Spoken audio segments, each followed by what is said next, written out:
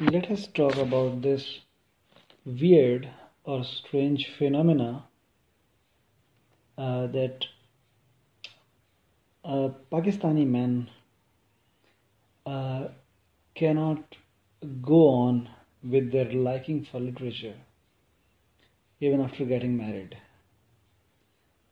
Uh, Bachelors are more liable to liking poetry and appreciating poetry and reciting and memorizing and sharing poetry with others.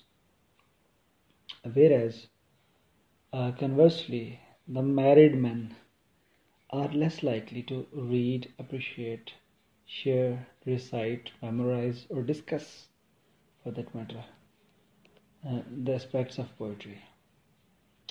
This transition from liking for literature, or specifically the poetry, and dislike for poetry, or rather lack of desire for learning or reading the poetry, pre-marriage or post-marriage. Let's discuss this phenomena. Actually, creativity or literary activity stems from relaxation, calm, serenity, coolness, and mental satisfaction. An unmarried or a bachelor man is more likely to read poetry because he remains relaxed. He is enjoying his life. He is dreaming. He dreams. He aspires. He imagines. He has plenty of time at his disposal. He spends lonely time a lot. He thinks.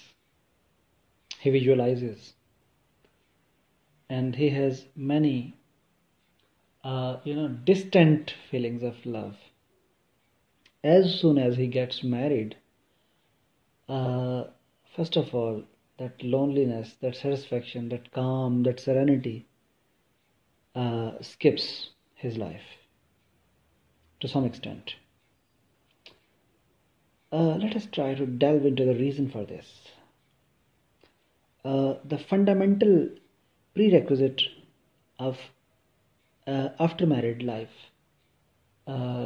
is the compulsion upon husband to earn more and more.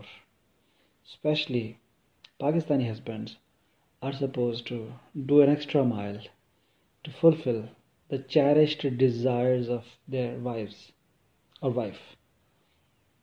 For example, wife or a girl or a lady or a woman always likes to have shopping, always likes to wear new dresses, new shoes, new mobile phones, and eating out, dining out.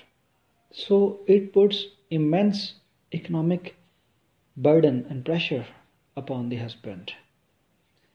Women are less likely to appreciate poetry because they have their own world of fantasy, world of imagination. So serenity and calm is taken away from husband. He starts taking less interest in poetry or literature and becomes more focused on how to earn and how to finish the needs of his better half. Because his better half, who is supposed to keep him calm and cool and relaxed and satisfied, is in a competition with her rivals or her friends or her relatives or the females of her age. This puts a toll on not only mental health or mental calm of the husband, but also deprives him from taking interest in poetry or in literature. What makes the husband to look for means of earning more and more, because the needs or the expenses are always greater than the income. So he tries to make both ends meet. He keeps thinking about the other ways from which money can be acquired.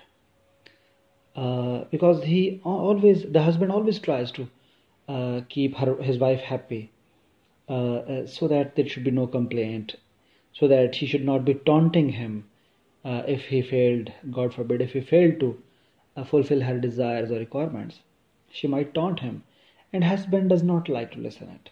He even can't afford to,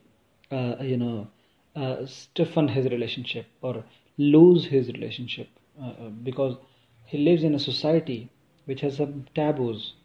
Once you are married, getting married in societies like Pakistan is a big investment. It is one of the biggest investments, rather second biggest investment after building a house.